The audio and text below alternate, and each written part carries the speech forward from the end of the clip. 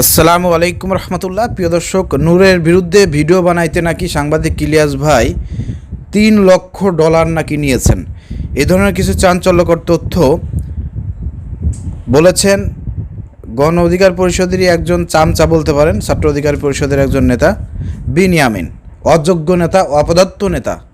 এবং ঢাকা বিশ্ববিদ্যালয়ে গণ অধিকার পরিষদ থেকে ভিপি প্রার্থী হয়েছিল, মাত্র 150 ভোট পাইছে।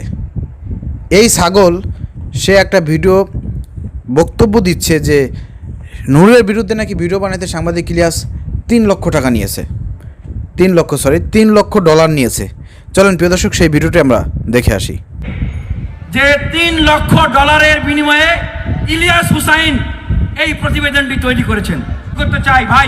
প্রিয় দর্শক, আপনারা শুনলেন, এই রাম ছাগল সে মুখে যা আসলো তাই বলে দিয়েছে। এখন চামচামি করতে হবে, নূর প্রতিমন্ত্রী হয়েছে, তার চামচামি না করলে পরে তো পদ পদবি পাওয়া যাবে না এবং টিকেও থাকা যাবে না। এখন চামচামি করার জন্য, ধরেন যে নূরের পক্ষে কথা বলার জন্য সাংবাদিক ইলিয়াসের মতন ব্যক্তি, যার নামে কোনো নাই চাঁদাবাজি, টাকা আত্মসাৎকারী, যে ইচ্ছা করলে অনেক কিছুই করতে পারতো, অনেক কিছু হতে পারতো, অনেক টাকা মালিক হইতে পারতো। কিন্তু দেখেন, দেশের সাথে, দেশের মানুষের সাথে, সত্য প্রকাশের সাথে সে কিন্তু এখনও দেশে ফিরে আসে নাই। সে কিন্তু বিদেশে থেকে সে একের পর এক দেশের অন্যায় নিয়ে কথা বলতেছে, যারা খারাপ মানুষ আছে তাদের অপকর্ম তুলে ধরতেছে। এবং বিগত ফ্যাসিবাদের সময় দেখেছেন সরকারের বিরুদ্ধে জনমত তৈরি করতে এই সাংবাদিক ইলিয়াস পিনাকিরা কতটা ভূমিকা পালন করেছে। তাদের অনেক অফার দিয়েছে, তারা গ্রহণ করে নাই। তো দেশের সাথে, দেশের মানুষের সাথে তারা কাজ করে যাচ্ছে।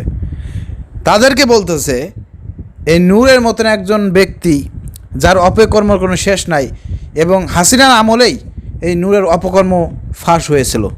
মেহেদি সাফাদির সঙ্গে বৈঠক থেকে শুরু করে রয়ের দালালি করা, এরপরে বিকাশের মাধ্যমে টাকা আত্মসাৎ করা, কত কিছুই ঘটেছে, সেগুলো কিন্তু মানুষের চোখের সামনেই হয়েছে। অর্থাৎ এই নূরের অপকর্ম ফাঁস করার জন্য টাকা নিতে হবে, টাকা নিয়ে করতে হবে, এটা একটা ফাওয়া লাভ, মিথ্যাচার ছাড়া আর কিছুই নাই। আর সাংবাদিক ইলিয়াস $3 লক্ষ জন্য নূরের বিরুদ্ধে ভিডিও বানাইছে, এটা কোনো কথা হলো? হ্যাঁ প্রিয় দর্শক, মূলত নূররা যে পথে হাঁটতেছে, যে পথে পা বাড়িয়েছে, এবং যেভাবে তারা দেশে রামরাজত্ব কায়েম করতেছে, যেভাবে তাদের নেতাকর্মীরা চাঁদাবাজি করতেছে, মানুষের সব কিছু আত্মসাৎ করতেছে, যেভাবে টাকা পয়সা মালিক হচ্ছে, তাদের অপকর্ম তুলে ধরতে হবে, দেশবাসীকে জানাইতে হবে। যাদেরকে আমরা বিশ্বাস করেছিলাম, ভালোবেসেছিলাম, যাদেরকে আমরা নেতা বানিয়েছিলাম, তারাও ঠিক আওয়ামী লীগের পথে হাঁটতেছে। এইগুলো ফাঁস করার জন্য সাংবাদিক ইলিয়াস ভাইয়ের $3 লক্ষ নেওয়ার কোনো প্রয়োজন আসে না। সে তার দেশপ্রেম থেকে, তার দায়িত্ববোধের জায়গা থেকে, দেশের মানুষ সাংবাদিক ইলিয়াস ভাইকে বিশ্বাস করে। তোদের মতো নূরুল হন নূর, এরপরে যে বিনিয়ামিন, এই ছাগলদেরকে বিশ্বাস কে করে বলেন? তুই ছাগল যতই এখানে চিল্লাস, তোর কথায় কোনো দাম নাই। এই বিনিয়ামিন যে এখানে চিল্লাচিল্লি করতেছে, এই কথা বললো, এই লোকটা ছাত্রদলের ওই যে আপনার গণ অধিকার ছাত্র সংগঠন থেকে বিপি প্রার্থী হয়েছিল। ফ্যাসিবাদের সময় অনেক নির্যাতনের শিকার হয়েছে, জেল জরিমানা খাটছে, অনেক কিছু শিকার হয়েছে। কিন্তু দেখেন, এদেরকে মানুষ ভালোবাসে না। এদের মধ্যে কারিশমেটিক কোনো লিডারের কোনো ভাব নাই, যার কারণে মানুষ তাদেরকে পছন্দ করে নাই। মাত্র 150 ভোট পেয়েছে, মাত্র 150 ভোট পাইছে একজন প্রার্থী, বিপি প্রার্থী, সে 150 ভোট পাইছে। ওর তো কচু কষার সঙ্গে গলা ধরে নেওয়া উচিত ছিল। এটা লজ্জাজনক। তোর কথা কেউ বিশ্বাস করে?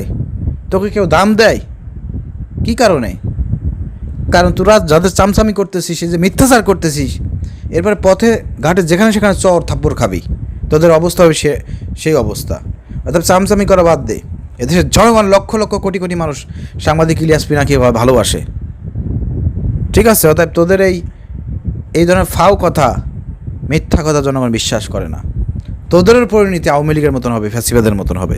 কারণ ফ্যাসিবাদের পথে হাঁটতেছিস, তোদের পরিণতি সেদিকে হবে। বিএনপি জায়গা দেশে বলে এখন বড় বড় কথা বলতেছিস, লাথি দিয়ে যখন ফেলাই দেবে তখন জনগণের কাছেও জায়গা পাবি না, বিএনপির কাছেও জায়গা পাবি না।